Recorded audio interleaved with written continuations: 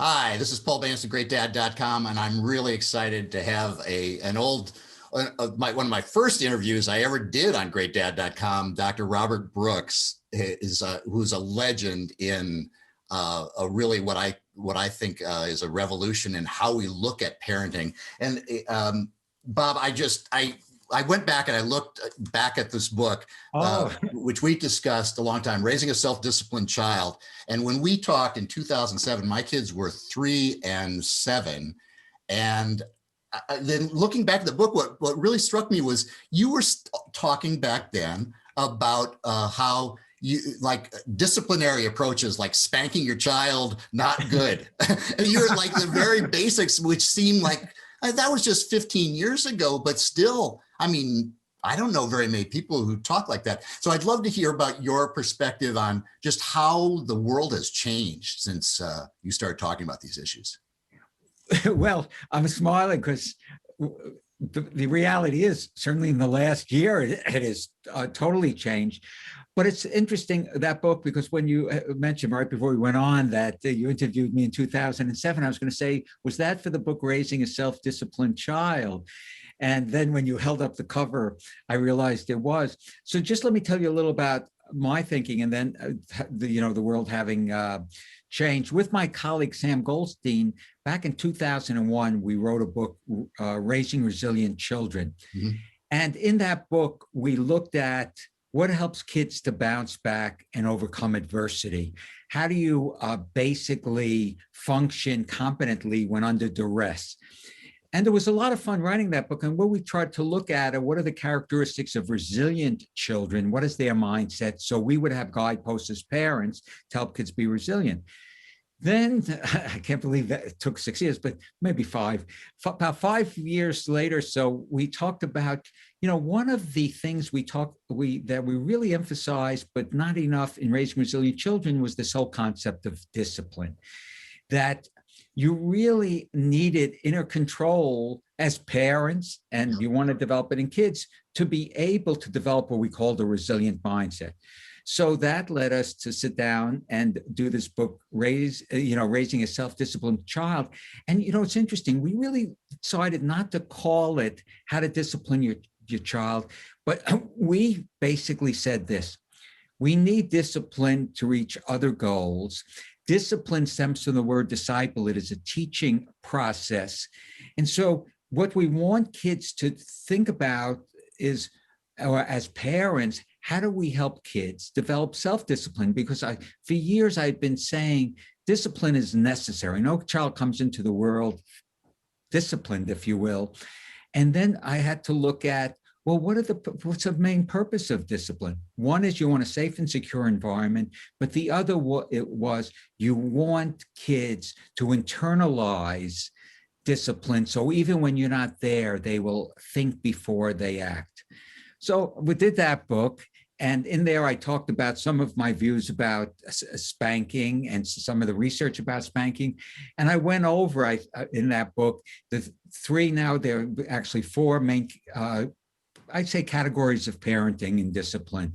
And the one I said that was most in accord with my philosophy was what they called authoritative, not authoritarian, where basically there's a lot of love, but you feel comfortable setting limits. And as kids grow older, you involve them much more in the responsibilities and how and how they learn to discipline themselves. And we could go back over some of these, but then a couple of years ago, I've been collaborating with Sam Goldstein for years. What was really emerging, and in the last decade, was some very fascinating research that some of the characteristics of resilience and self-discipline are really there from birth. And what we realize, and I'll get into some of this, because some of the research I looked into, fascinating in the new book. I didn't even realize, like, already there are precursors of empathy and altruism when kids are just several months old. Right. You talk about fairness and these basic ideas. Exactly. So then what we did is, so we said, okay, resilience is really performing competently under duress. I don't want to simplify too much. And then discipline has to do with the inner control to be able to behave in certain ways. And then we said, if there are these instincts from birth, we said, this is what really fuels self-discipline and resilience. You have these forces, these inner attributes from birth. They're there, and they provide the fuel to help kids develop self-discipline and develop resilience. So Sam is more the researcher and scientist in this. He looked at a lot of the research and he said, the research shows there were 7 main, what we called instincts, these inner attributes that have been there for thousands and thousands and thousands of years. They helped us to survive. And since they are there, I remember when we were first talking about this, I'm smiling to say this because at first I said, wait a second, I don't want to rewrite Raising Resilient Children. So I also was doing more research into it. I said, since they're there, how do we help them really to blossom, to reach fruition? These 7 instincts, because these 7 instincts are vital for people to be self-disciplined and vital for people to be resilient. It's almost like the fuel is there. There are certain characteristics. Now the job of parents is really just to I was going to say, add to that fuel, reinforce that fuel.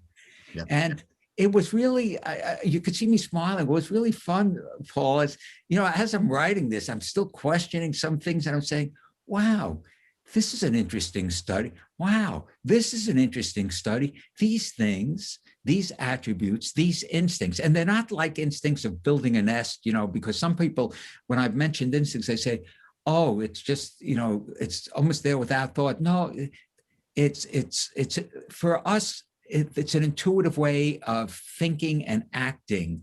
And it's not just a simple building a nest or is it salmons that's go upstream, something. So I wanted to mention that. So they're there. Some people have called it, these genetic characteristics.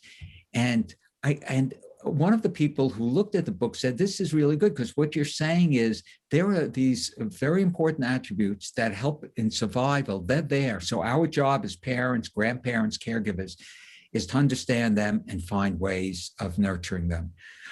That's a little long-winded, but your question triggered. I almost wanted to share with you, that path, if you will. Yeah, I'm very interested in the title of the book. The title of the new book is Tenacity in Children, Nurturing these 7 Instincts for Lifetime Success. And there are a few words in there that are very interesting to me. One is resilience versus tenacity. I'm really interested in your view of that. And I think also you and I probably would agree that success is however you determine it. Yes. It could be some version of what we call happiness or achievement of your life's purpose or ease and flow in your life or whatever, but those are interesting distinctions. Yes, I don't know which one to take first because tenacity versus resilience. Okay, resilience well, actually, how Sam and I have looked at it, we've called it. It's basically the essential triad of human development. So we talked about resilience, self-discipline, and tenacity. So they're separate, but they're certainly related to each other. We almost saw that, if you will, resilience was a certain mindset that you felt you could accomplish things, overcome adversity. You felt you had ways of coping. And now the same characteristics, some of them are certainly in self-discipline and tenacity, but we saw tenacity, since these are these inborn traits, almost that, as I mentioned before, almost the fuel that gets you going so that you could be more resilient, more self-disciplined. And it overlaps. Again, well, I'll be smiling a lot because your questions are, they're triggering a lot of the discussions, the inner discussions I had and the ones with Sam, that we said, even the 7 instincts, when we get to them, they're all, related in a way. So resilience for me was certain behaviors you showed and a certain outlook when faced with adversity and how you cope with it. And discipline, again, was that inner control so you could focus on these things. And tenacity was almost that, hey, there are these wonderful characteristics that fuel us towards self-discipline and resilience. And probably anyone listening will say, I'm still confused, but hopefully it's a little clearer, in the book.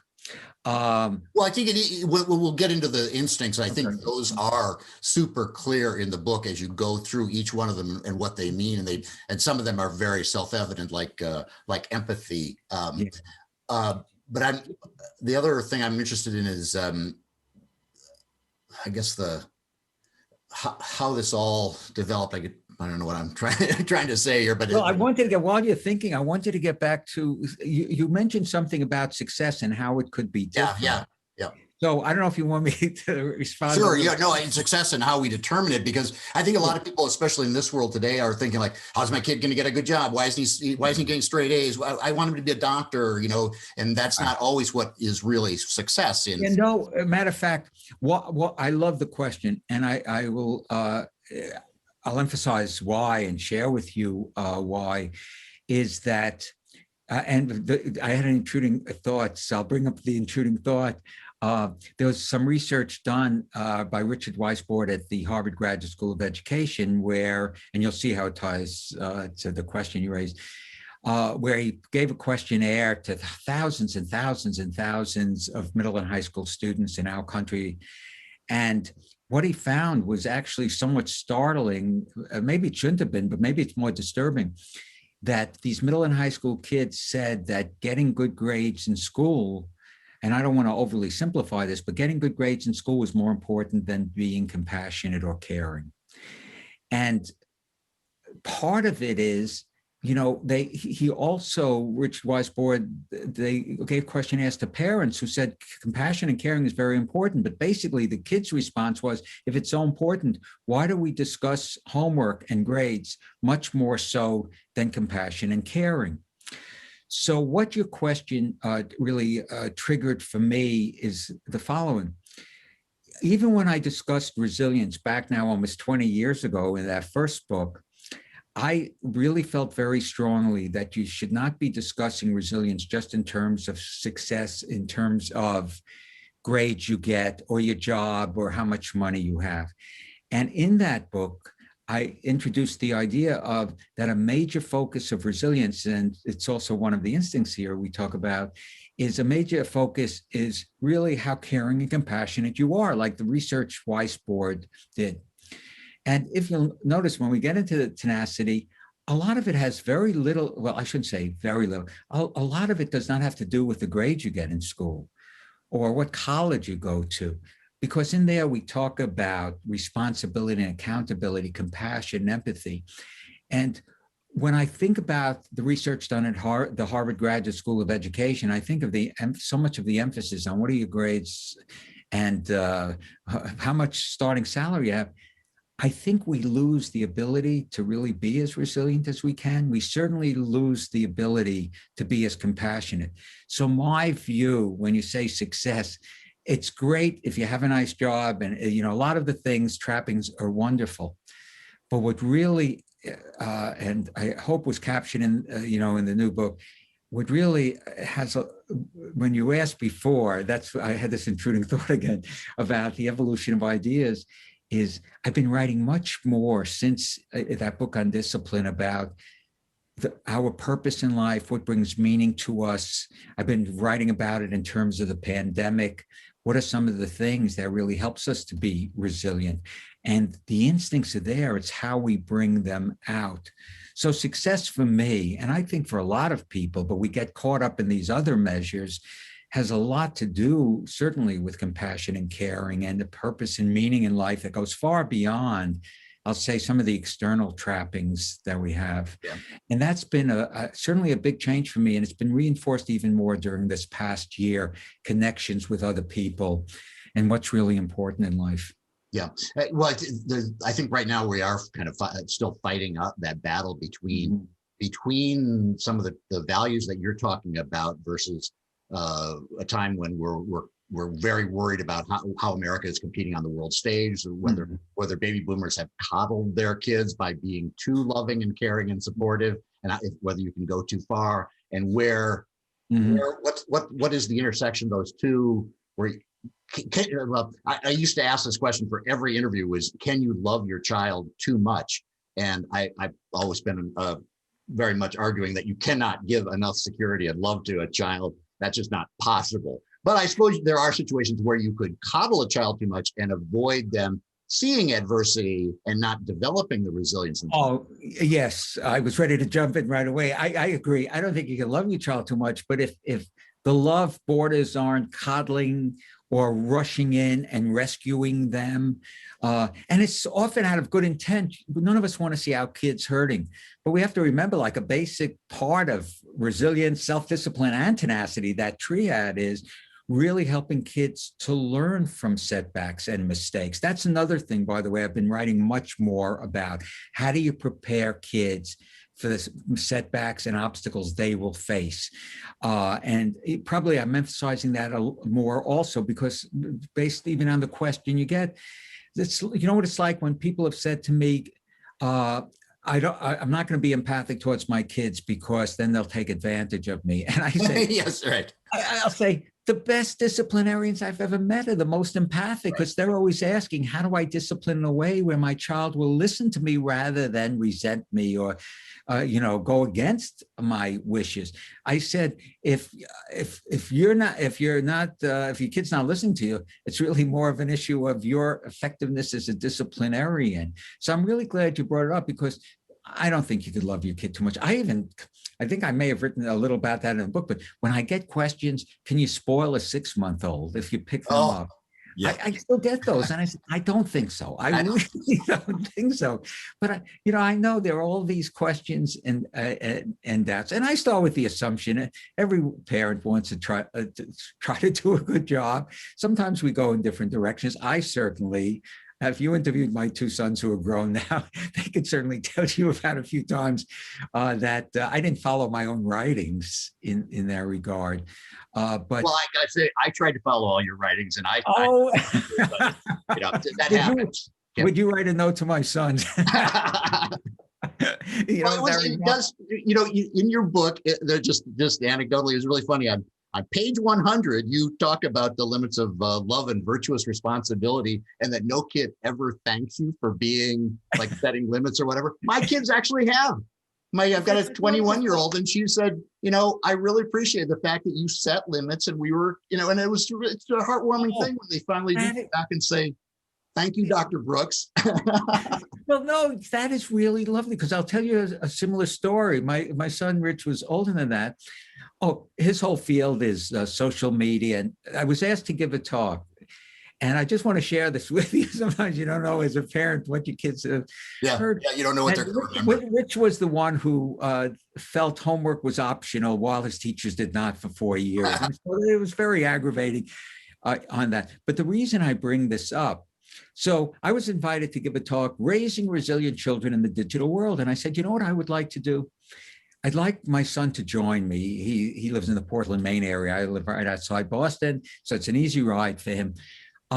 Because he really, that's his field. Plus he has 2 daughters, and so he's had to do that. Anyway, the reason I tell you this story, and it really ties that, during the talk, I don't know how it came up. I mean, the parents were more interested in Rich than me because he knew all about different programs and things.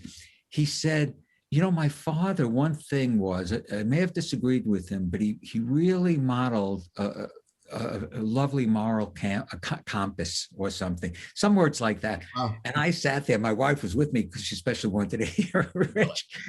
And I always teared up. I said, oh God, I could think of all those battles and all my insecurities about, was I being too harsh? Was I being too lenient? I don't care, and all of those. I mean, I'm glad I had a son like Rich, because else I would have felt, just apply every principle I say and your kid is going to not have any. Like mine. But it's the same thing with you. So it's his way of saying what, your daughter said, it was almost saying that, we may have had a fight, but you really kept, or conveyed a certain morality that was very important. So sorry for that, but no, but I think it's a good advice for fathers and parents. Is just, it's really a long game, Yeah, it's not one night ruined it all and that was it. It's how you portray that relationship and your values. Yeah, thank you, because I didn't know if I took too long giving that vignette. That's why I said I'm sorry, but you're right. It really is even though I kid about saying kids may not say at the moment anyway, thank you for setting limits. I see how much you love me. But all kids, when we talked about discipline, no kid really wants to grow up in a home where he or she feels stronger than the parents and they could do what they want. It's very, as one teenager once said to me, I felt I was unloved because my parents wouldn't set limits. Yeah. Even though that same teenager, this girl said, but I always fought them tooth and nail. Yeah, yeah. No, I do. I think those limits are one of the biggest expressions of love because they take discipline on the parents' part. It's always easier to say yes, have another piece of candy, or yes, go out and have fun. But it's harder to say I love you so much that I'm not going to always say exactly. Yeah. So let's get into the instincts.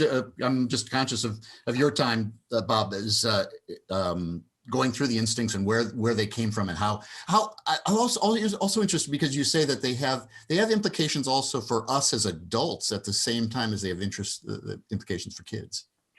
Well, yeah, when my colleague Sam Goldstein is more the researcher, and so he looked at all this and he pinpointed these 7 instincts. And then when I started doing my own research, I said, yeah. And the reason I say that they're at birth, so we want to certainly develop in our kids.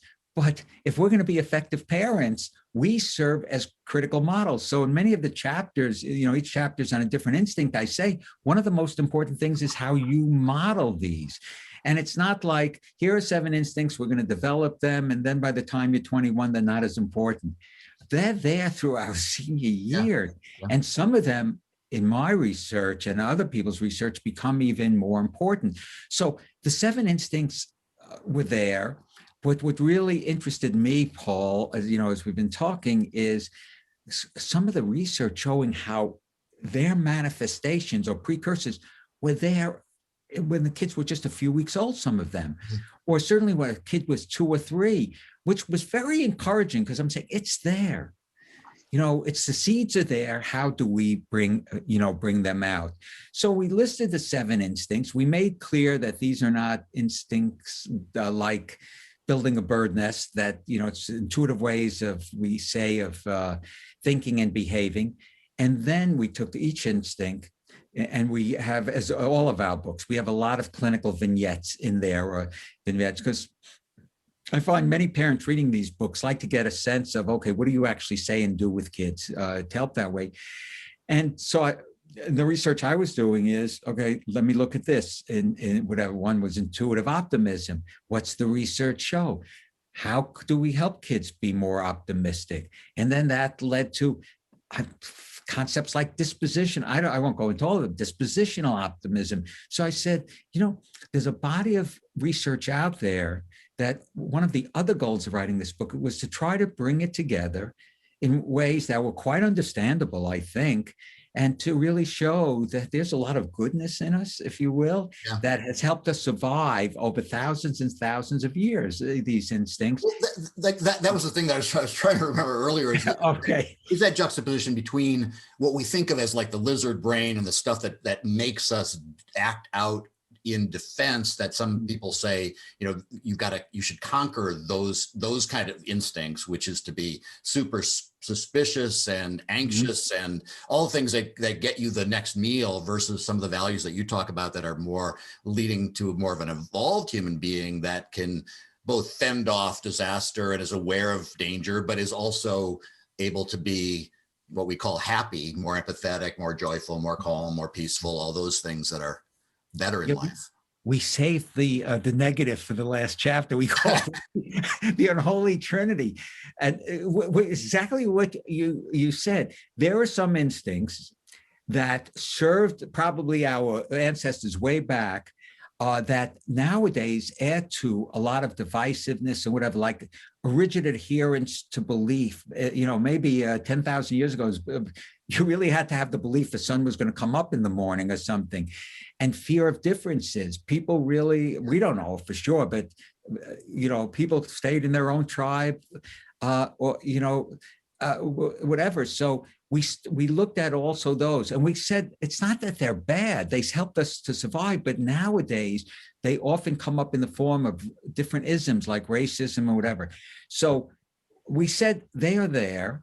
But we also have these other instincts, which if we promote, just to select one, compassionate empathy, that helps do away with the third instinct had to do with defensive aggression. You're more empathic. So we had these three more negative that at one point served a purpose that now have led to a lot of the divisiveness and racism. And then, we basically have said, so what are those instincts that we can basically nurture in our children so that any negative instincts that are negative now that may have served a purpose 10,000 years ago, who knows for sure, although there's interesting research and thoughts by evolutionary psychologists and others, neuroanthropologists, all these different professions also. So what you just brought up is very important. There are rigid adherence to belief is you have a belief and you stick by it. In our book, we give examples even of a kid believing, I think one of the examples was he was born with half a brain, and he stuck to that. And that led to a lot of different behaviors. He was a kid with learning problems. And it was harder for him then to have some of these other positive instincts develop because the negative ones were so strong. And let's face it, as we think about the last year, certainly there's COVID, but the George Floyd murder, the divisiveness at the election and the continued divisiveness, those are such negative forces that continue that we really have to concentrate more and more on these positive ones to hopefully temper these negative ones. Now, I know people listening who haven't seen the book, it's not even officially out yet. I think it'll be hopefully in a couple of weeks. Might be saying, well, what is this all about? So anyway, 7 positive instincts we say, and then there were some instincts that served the purpose, but now unfortunately are leading to a great deal of divisiveness. Mm-hmm. And it's for our protection, but it would help to protect us years ago, but now it just leads to divisiveness. So maybe we should do, I don't know if we've got time to go in depth in sure. each, but could we go through all 7 and explain how they sure. And how they're important? And I'll just give a quick, I'll give certainly just a quick overview of each. Yeah, we could spend an hour in this. And, yeah, I know. They're each one I'll say in great depth with anecdotes and research. It's research backed.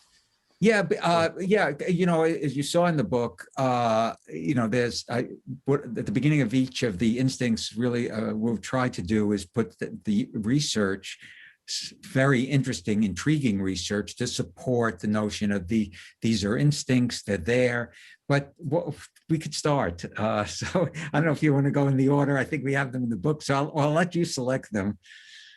Well, the one that I resonate the most with, and I think is basically the superpower of parents, and the thing that we're really trying to develop in kids that has the greatest. Well, I shouldn't probably put a value on it versus one or the other, but is empathy, and it's the strongest part of who we are as human beings, how we connect, how we connect with our kids, and what we need to teach them.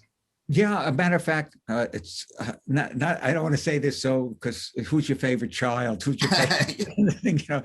But I've written so much about empathy, and in this book we call it compassionate empathy. And just to also share with you why, here too, looking at some of the research, researchers really distinguish between compassion and empathy, and so we put it together. So I'll quickly mention this, and then just to give a little of the research. Empathy, and I hope I'm not overly simplifying it, but empathy is often understood as the capacity to put yourself inside the shoes of another person and see the world through their eyes. And in the book, we emphasize that empathy has 2 components. There's a cognitive component. So in order to put yourself in someone else's shoes, you have to understand really the world. It's a cognitive understanding, but there's also an affective or emotional. To understand another person's feelings, you've also had to at least experience some of these feelings, in that regard. Now, when I was looking at these terms, what some researchers, and this really resonated with me, they said, so empathy is the ability to put yourself in someone's shoes and see the world through their eyes. But several of the researchers basically said, and compassion is really acting on empathy and being helpful or compassionate towards others. And I like that. So one was an understanding and one was acting on that understanding. And not everyone's going to agree with that, but several of the researchers, that's how they distinguish it. And it totally resonated with me. Mm-hmm. And when you said how the importance of that, over the years, even I've said to parents, it is almost impossible to help kids be resilient. And I don't know if you recall in the resilience book and in the discipline book, that one of the main findings about resilience is in order to be resilient, you need at least one adult who truly believes in you and stands by you. And the late psychologist Julia Siegel called that adult a charismatic adult in a child's life. And while some people, including myself sometimes, I almost wish he hadn't used the word charismatic and may have different meanings to different people.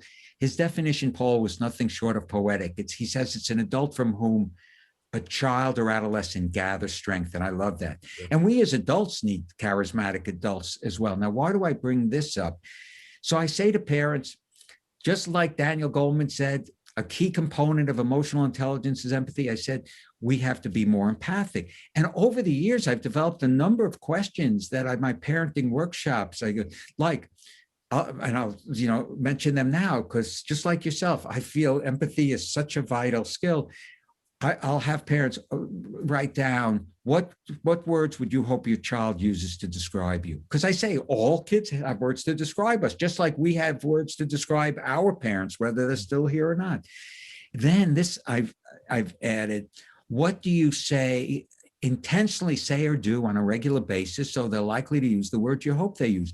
And the word intentionally, I put in italics in my PowerPoint, because I said, if you want your kids to describe you in a certain way, but you're not intentionally thinking about that, they're not. And again, I'm smiling. There was, I was giving a workshop when there were in-person workshops, and a woman at this point in the audience shouted, "Oh my God." And I remember I thought there was a medical emergency. And then she realized there were 200 other people there. Said, "I'm so sorry, Bob, those questions were wonderful." She said, the first words, it was like now it's just me and her in the room. The first word I hope my kids use to describe me is calm. And I said, "Do you think they will?" This is so funny. I said, "Not at all. I've been yelling at them for 12 years. I don't think that's the first word that they will use." But afterwards, she came up and said, "That's important. How do we hope our kids see us? And what do we intentionally say or do?" And the third question is, what words do you think they will actually use? And, she already said they wouldn't use those words. With the pandemic and all the parenting workshops I've done, I've said, imagine 10 years ago, someone interviewed your children, and it's 10 years later, whether your kids were 5 or 10, 15, whatever, during the pandemic, and asked them to describe you during the pandemic and their relation with you, what do you hope they would say? And it really has gotten into some interesting discussion. So the fact you brought up empathy is the first one. It's a very important concept, because if you can't be empathic, kids know it. If there's that disconnect, and then you're not going to be able to serve as that charismatic adult. The good news is, and here's where that research we talked about is, there are signs of compassion and empathy, even like in kids just a few months old. Mm-hmm. I mean, the precursors, as I say, of this, and certainly by the time they're 2 or 3, they're there. So then it's how do we facilitate their growth? And, we serve as models in that way, the way we talk to kids, the way we interact with them. And that's what's writing this book during the pandemic has been very heartening and encouraging to me in many ways, because it got me to think about there are things we could do. There are ways we could cultivate these different instincts. So the fact you selected empathy first, you could see it's a major interest of mine. It's led to many questions that parents have told me have been very helpful for them to think about. Yeah, one thing that I do I in my coaching with fathers is because a lot of them they mirror what their parents did to them, like, "Why are you doing this?" or you should be more responsible at your age, or whatever. Is I have them take pictures of themselves at different ages, the actual age of their kids, and look at their picture and think of, like, when I was 12, try to summon back those memories, and then be empathetic of your child at that same age and the kind of world they had. And that kind of empathy it's hard to come by for a lot of people, because they don't, like you say, you can imagine yourself, you can look at your kid and be like, "Oh yeah, that's a 12-year-old kid." You can be empathetic, but the compassion empathy, where you really say, what is their day like? What are their stresses is a different way of looking at it. That's a great technique, by the way, with the photos. Yeah. It's very helpful. I had a similar experience. Cousins from Canada. When my parents came from Europe, a large part of my mother's family settled in Canada and the rest in New York, and my father in New York. But this cousin had from his parents photos of my parents when they were in their 20s. And there's my mother throwing a snowball and my father. Yeah. Doing goofy things. It got me to think about the life they had before they were my parents and seeing these photos and them with their friends. So what you just said, it really evoked a feeling in me because I just had that experience a few weeks ago.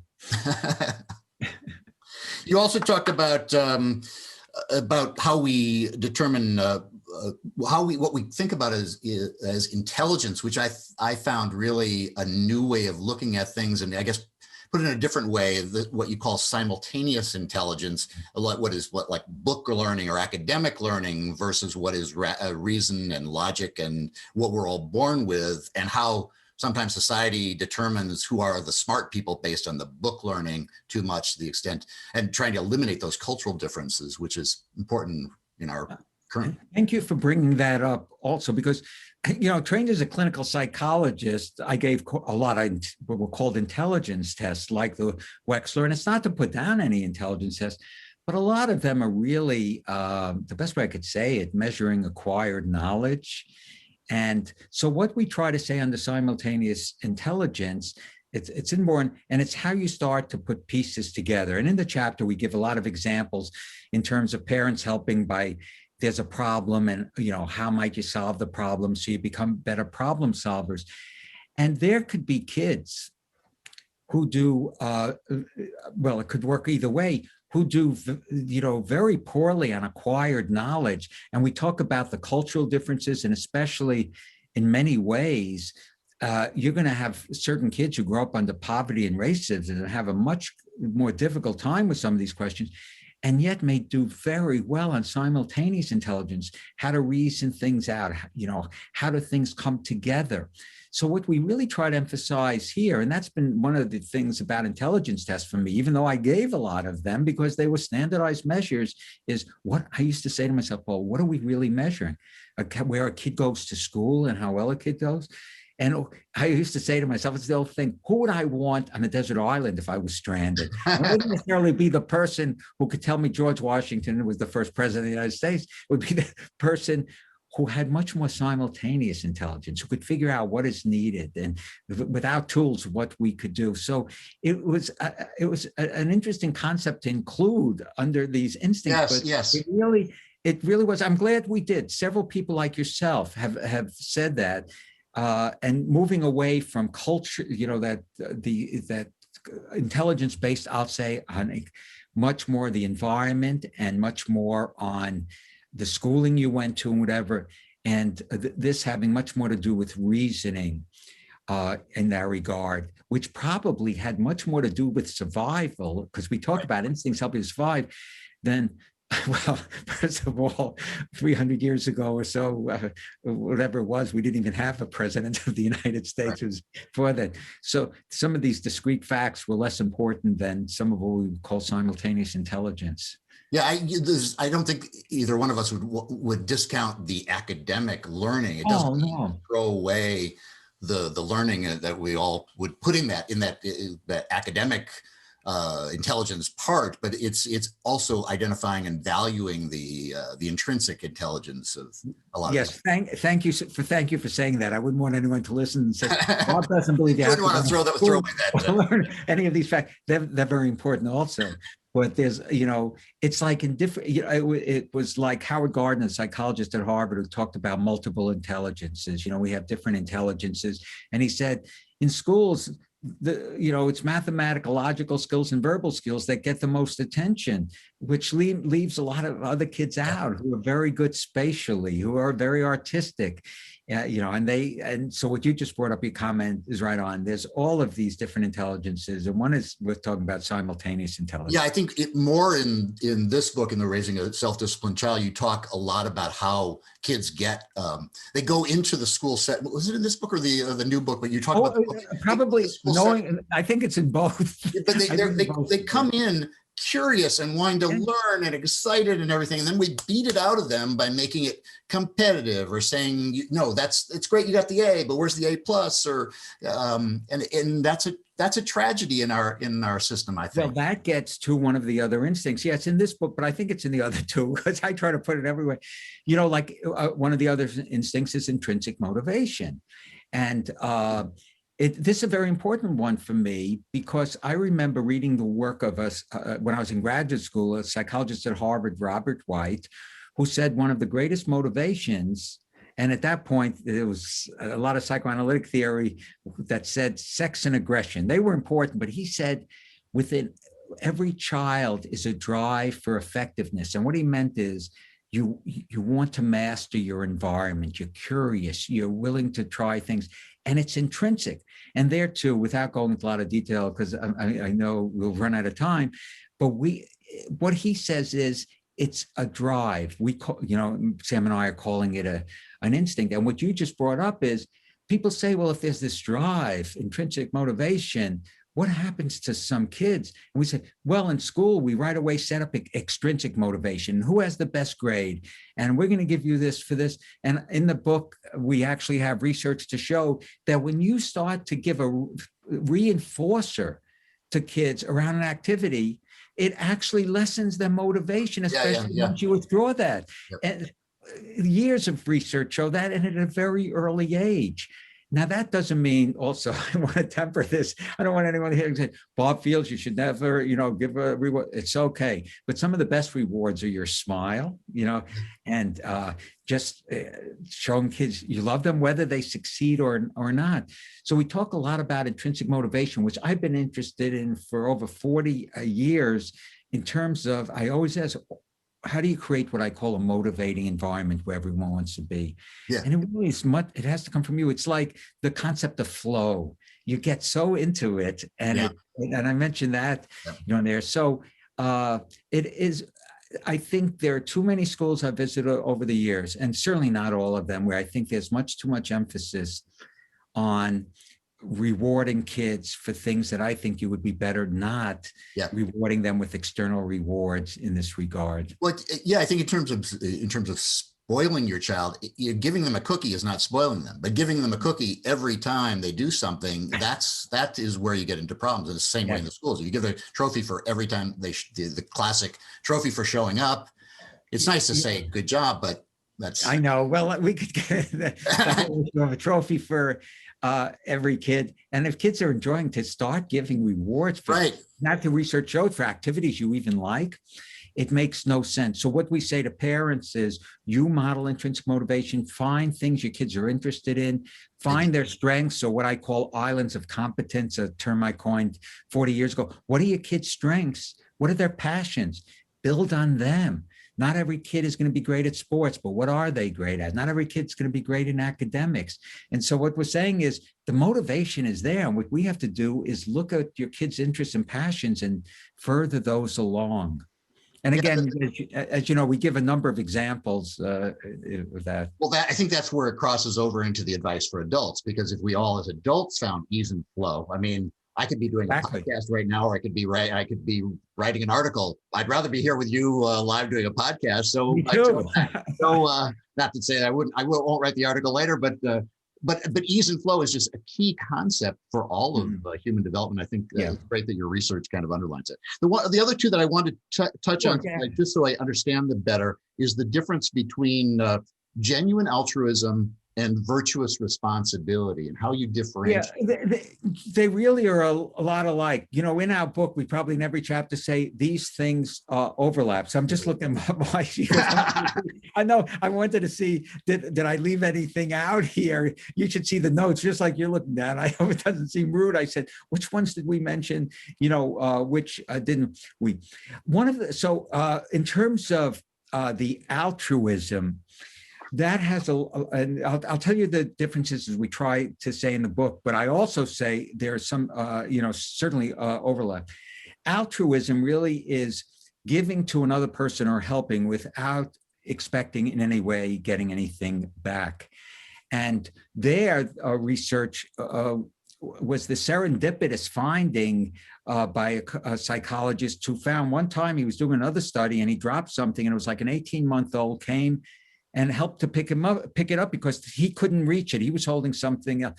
And it was like the whole course of his research on the serendipitous thing, dropping something, changed. And he then found that there were aspects of wanting to help and responsibility.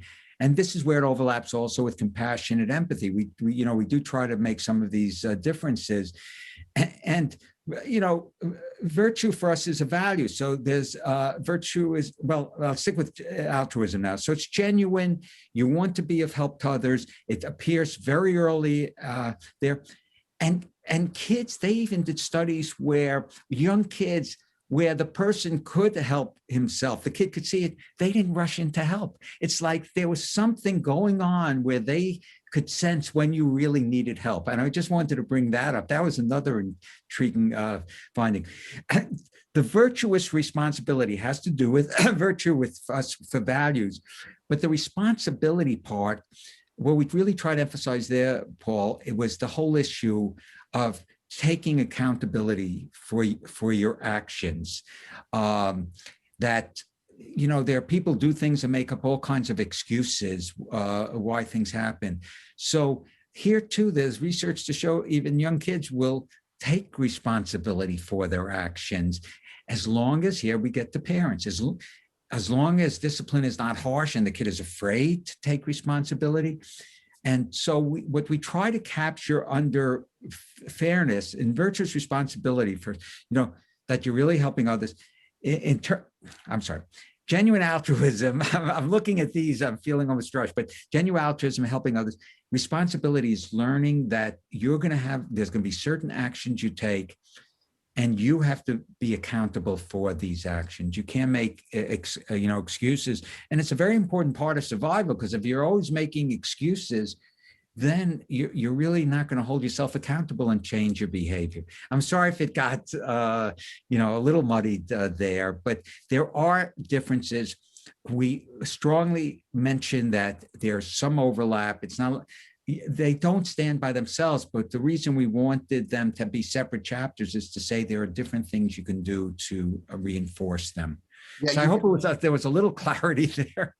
You told a personal story in the book about your brother and you measuring glasses of water. I thought was really I love your perspective on this. Is one disappointing thing in talking to my daughter, who's 21 years old now, is this concept that you bring up is fairness, which is an intrinsic value that kids have. And my daughter has told me that unfortunately, one of the negative things that she remembers me as a father is at too earlier an age telling her that life is not fair.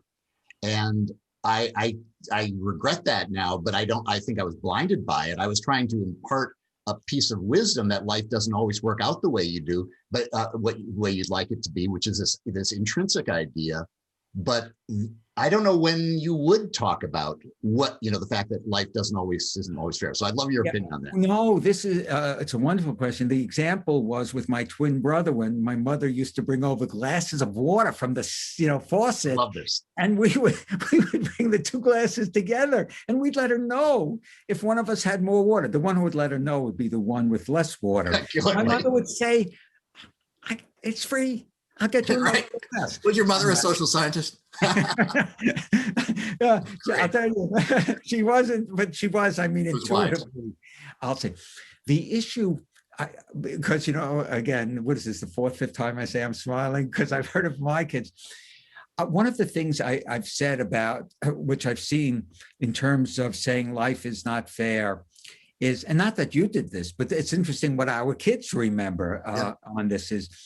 I've always said to parents, if a kid is complaining and says it's not fair, which I think in our book we say they're almost programmed to say that from birth, in that regard, I think it's very important not to rush in and say, look, life just isn't fair, because then we're not validating. And again, I'm not saying this is what we do. No, I think that's very important. And I think one of the things I started to say to parents is, say to a kid, and if it's something we're doing, say to a kid, I'm glad you could tell me things are not fair. What do you think will help to make it fairer? Now, when I say this in my parenting workshops, people say, what they consider fair is if I let them do whatever they want.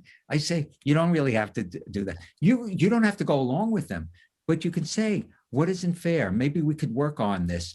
Because I'm smiling, if I've interviewed my sons, they might say the same thing your daughter did about fairness, is if we too quickly rush in and say life isn't fair, or I love it when some parents wait till you get to the real world, then you'll see. Yeah, right. Then you'll see how bad. Well, we're not validating what the kid says. This gets compassion, empathy, which we talk about.